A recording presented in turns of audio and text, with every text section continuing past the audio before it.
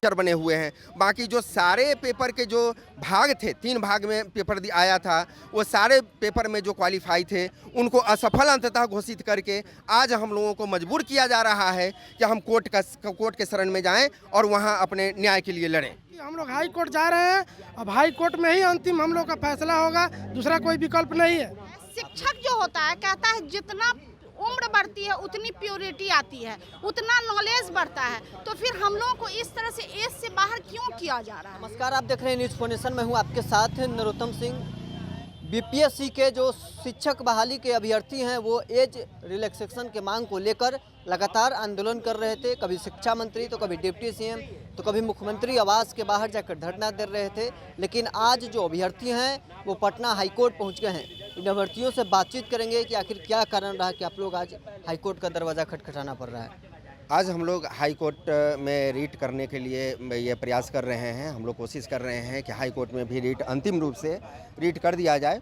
इससे पहले सरकार में शामिल जितने भी पदाधिकारी और माननीय मंत्री हैं उन लोगों से इससे संबंधित हम लोग मिले हैं और अपना निवेदन प्रतिवेदन उनके सामने पेश किए हैं, जमा भी किए हैं। उन लोगों के द्वारा आश्वासन भी मिला था कि हम इस विषय पे बहुत जल्द ही आप लोगों के पक्ष में निर्णय लेंगे, क्योंकि यह पहले से ही जो नियम बनाई गई है उसमें आप लोगों के साथ कुछ अन्यायपूर्ण कुछ नियम जो है कि इसमें रखा गया है। और यह नियम पहले जो महागठबंधन की सरकार थी उसी समय बना दी गई थी, जो रेगुलेशन 2023 के तहत बनाया गया था।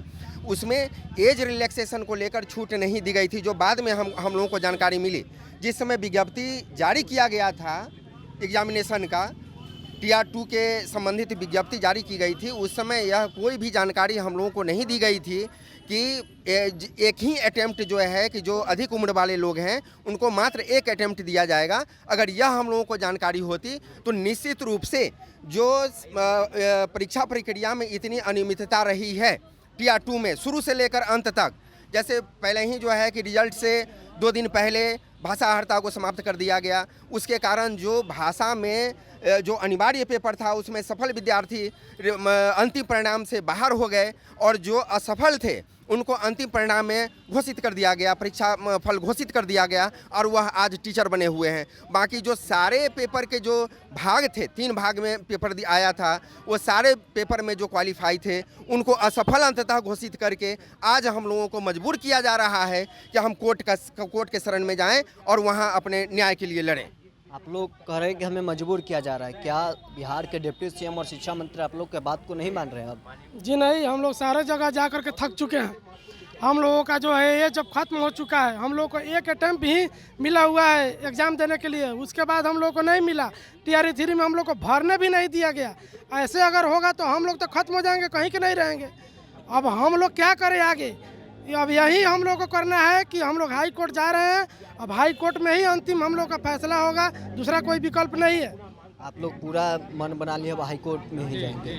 हम लोग हाई कोर्ट का मन, हाँ, हम लोग हाई कोर्ट में आए हैं। हम लोग सोचते हैं कि एज में रिलैक्सेशन मिले और सप्लीमेंट्री रिजल्ट हो और परीक्षा जो धांधली हो रही है उसके में रोक लगे, ताकि धांधली में परीक्षा जो अच्छे विद्यार्थी और रह जाते हैं और पैसे दे के फर्जीवाड़े करके विद्यार्थी निकल जाते हैं। मुझे लगता है कि अब हाई कोर्ट में ही हम लोग को जो है न्याय मिल सके। लास्ट बस वही है, न्याय की उम्मीद वही लिखा है कि सभी का दरवाजा खटखटा चुके हैं, चाहे वह पक्ष हो या विपक्ष हो, हमने सभी का दरवाजा खटखटाया, लेकिन कोई उम्मीद की किरण नहीं है। तो लास्ट में हम लोग ने सोचा कि अब हाई कोर्ट ही जाने में फायदा है। अब आप हाई कोर्ट में आप आए हैं, शिक्षा मंत्री और बिहार सरकार से भरोसा उठ गया है। देखिए, भरोसा एक अलग चीज़ है। भरोसा उठना हर टॉपिक पर नहीं कह सकते हैं, लेकिन हाँ ये कह सकते हैं कि हमारे प्रॉब्लम को क्यों नहीं सुना जा रहा है।